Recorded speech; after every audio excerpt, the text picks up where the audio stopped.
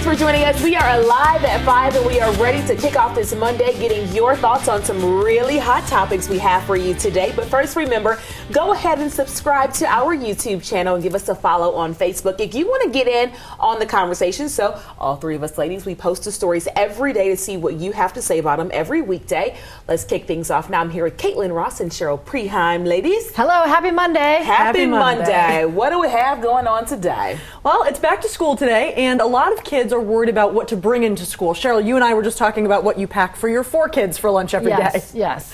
So students at Atlanta Public Schools are no longer going to have to worry about that. The school district announced they would be providing free breakfast and lunch for every single student. That's 52,000 students enrolled in the Atlanta Public School system. Works out to about 500,000 free meals a week. Wow. They're doing this in partnership with the USDA. It's a federal grant program for students who 40% or more of the students receive federal aid. So in Atlanta, that's a huge amount of kids who are receiving this aid. So now they're going to get this food for free every single day. Yeah. What's interesting to me is the kids aren't going to be singled out now to say, oh, I have free lunch, I need to ask for that. Part. It's just provided to them. That's the very first thing I thought of, is there's just an equality that everyone goes to lunch with the expectation that everybody gets to eat, and it's not, well, who's getting the help and who isn't.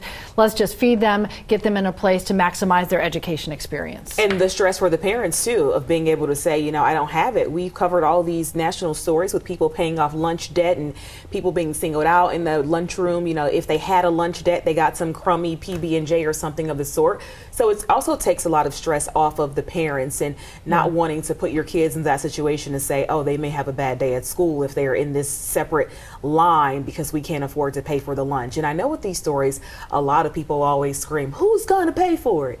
Who's paying for it? How are we getting all this free food? Well, it's a federal grant. Not your problem in this case. Exactly. And the interesting part is that you bring up that some of the students don't get this free lunch. Marietta used to have a program where their students did get free lunch, but because they had a rise in income in that area, they no longer qualify for this program. So the school districts have to apply for this program. It's not given equally across the board. I did post this on my Facebook page and I got a lot of comments back. Some people saying everybody gets this where they're from, so it depends on the district.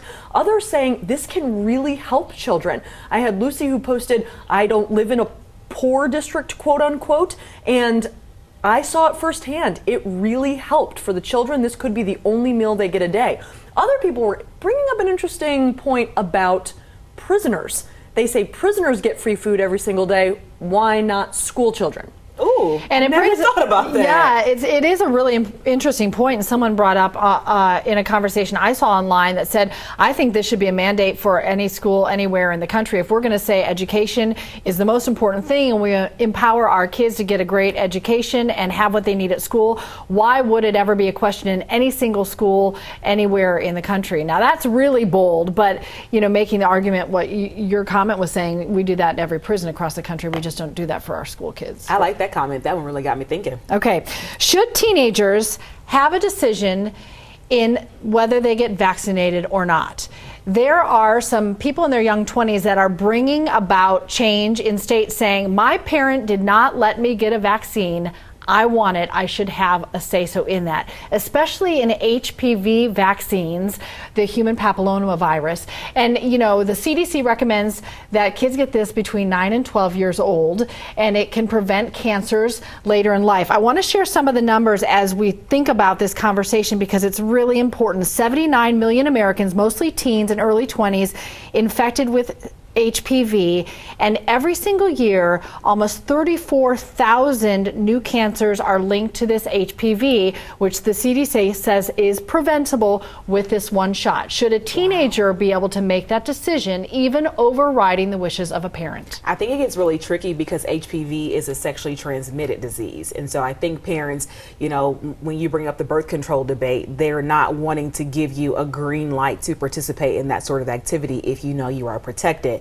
But on the flip side of it, knowing what it can lead to later in life, you can't surveil your kids 24/7. I'm not a parent, but I would say, just thinking about myself at that age and thinking about my friends, if there's something within your reach, you have the power to prevent some form of cancer, multiple forms of cancer in your child later in life.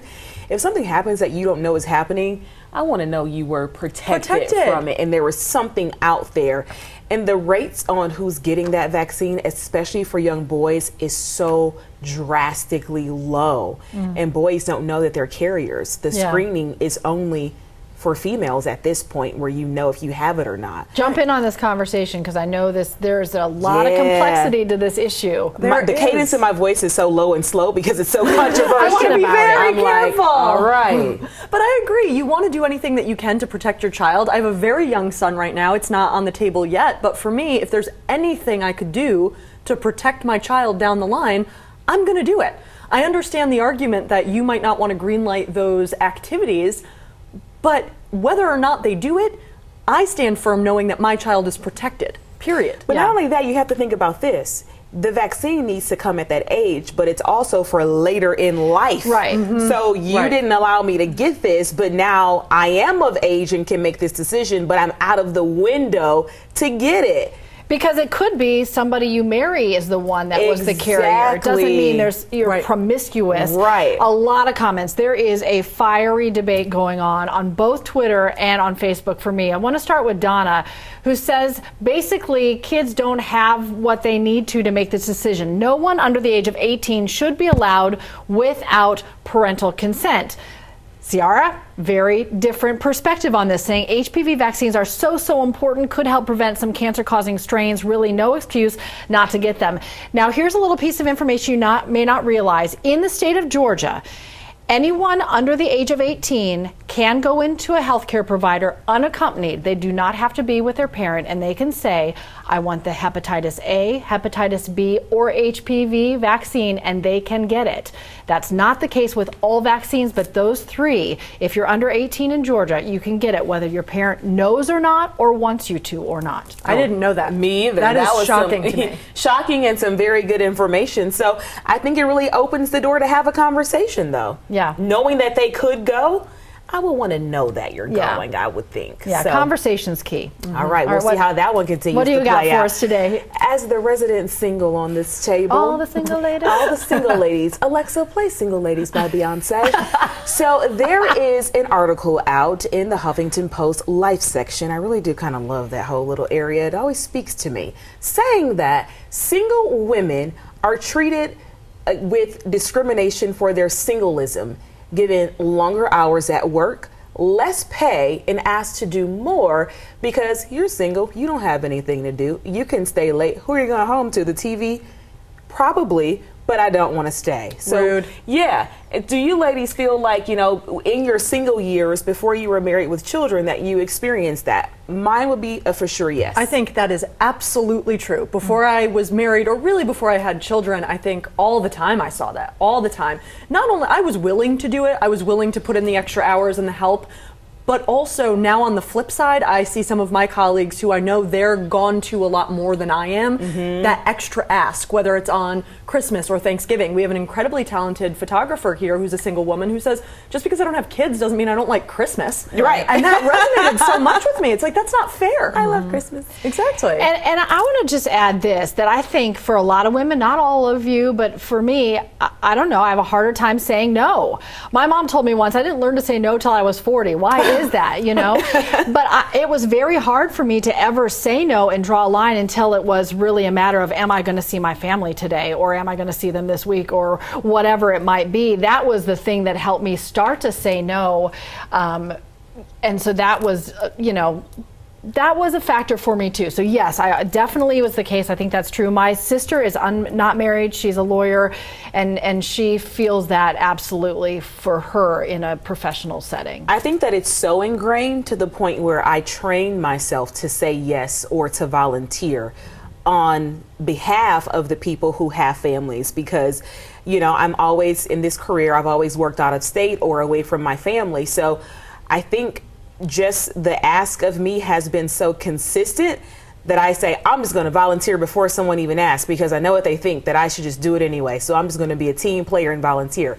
But I will tell you that this study really opened my eyes in that I feel that I have the right to say no, just like anyone else. Yeah, time out of work and time to refuel is important for every human Everybody. being, no matter what your life space is and what you have going on. That time, actually, there are a lot of studies that say make you more productive when you are inside the office. I do agree. So go take a day. Go take a day. Or an Let us hour. know what you think about these stories. Oh wait, I forgot, guys. I had a comment on this one. do you? Bring it back. Bring it back. All right, bring it back. Bring it back. All right. So this one was really funny because you think about being single and having a +1. So Lauren responded to my Instagram poll. I posted this poll on Instagram, and she says, all the time, I can't share how many times I've gotten the one ticket with no +1. How do you know I don't have a secret husband at home? Lauren might just have a single, a little secret man at home, and she's going to pop up with him at the Christmas party. Yeah. You just watch. I do have a lot of single friends who get very annoyed by that. Very know. annoyed by that. I may have a girlfriend I want to bring. I gave everybody a +1. Everybody Yeah. got a +1 at my wedding. Yay, thank you. Can we just briefly address the +1 on Cheryl's thumb before we go today? Because I think this is the best.